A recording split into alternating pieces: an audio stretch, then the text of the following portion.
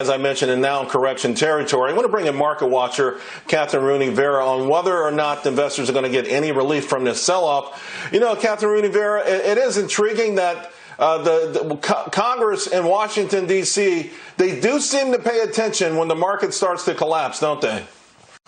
Yeah, that's a real problem for them, and that gets them going. Let's just say it that way. Certainly there is going to be some form of stimulus in the pipeline. It's very unlikely that consumption levels can maintain themselves at the current pace, Charles, with slightly under 10% unemployment. Heretofore, consumption has been largely based on government stimuli, for better or for worse, and I suspect that more is in the very near-term pipeline.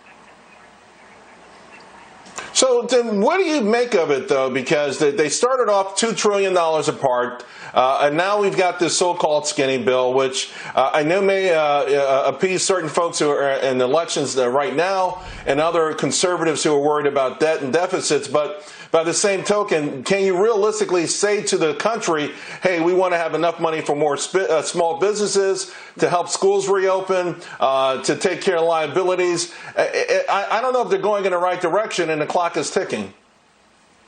Well, Charles, we're still trying to digest $2.7 trillion of stimulus as a reaction to COVID, and we're in de facto a V-shaped recovery. So if we're to debate whether or not a stimulus is actually required, I think that's a very, very credible debate. But we're not, unfortunately. Both Republicans and Democrats are, instead of debating the irresponsibility of our fiscal status, we're talking about not if we should, but the magnitude of the next stimulus bill.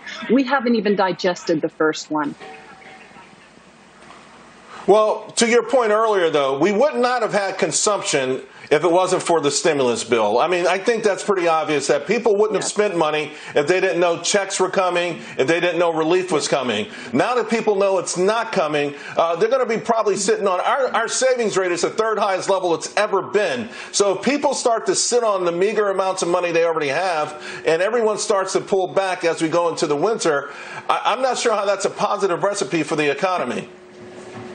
But at what cost, Charles? And I think this gets into a bit of an ideological debate, but there is a phenomenon called crowding out of the private sector by the government sector. And you have another thing called creative destruction. So I do believe we need to let the free markets work. And there's one statistic that I always turn to, Charles, and that's that 30% of personal income now comes from government benefits. Is that a place that we want to be in the United States? Is that the direction that we want to continue to turn?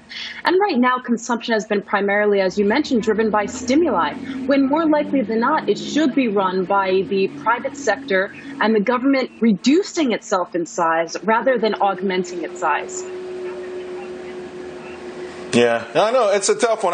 If it wasn't for this once in every 100-year plague and this forced government lockdown, I might be in lockstep with you. But on this one, I think Congress is making a mistake, and I think people with jobs are underestimating how painful it is for people whose job went out of business. Like your business you worked at does not exist anymore, and an economist is telling you to toughen up. Don't worry about it. The free market is there. It's not. My business is gone. It's not. They won't let me open the restaurant. There is no real free enterprise or free markets when you have so many of these outside exogenous factors. And that's what worries me, is that Congress is going to let this thing get a lot worse. And then they're going to pass something that's really going to make the fiscal conservatives upset. But don't you think then, Charles, that we shouldn't be subsidizing the major conglomerates? The Federal Reserve is buying in the secondary market bonds from Apple and from GE and from GM. These are subsidized national champions. We see this in the emerging market. So my contention is corporate socialism isn't something that we want to, dapple with. So I agree that we need to have some improvement with regard to enhancing refinancing to small and medium businesses, but that hasn't been the case. It's been to the benefit of the major conglomerates. Yeah, that's been a side issue. It's sincere, and I think a lot of it had to do with the urgency factor of getting this stuff out there. But the clock is ticking. Kathryn Rooney Vera, always a pleasure. Meanwhile, folks, 8 weeks out.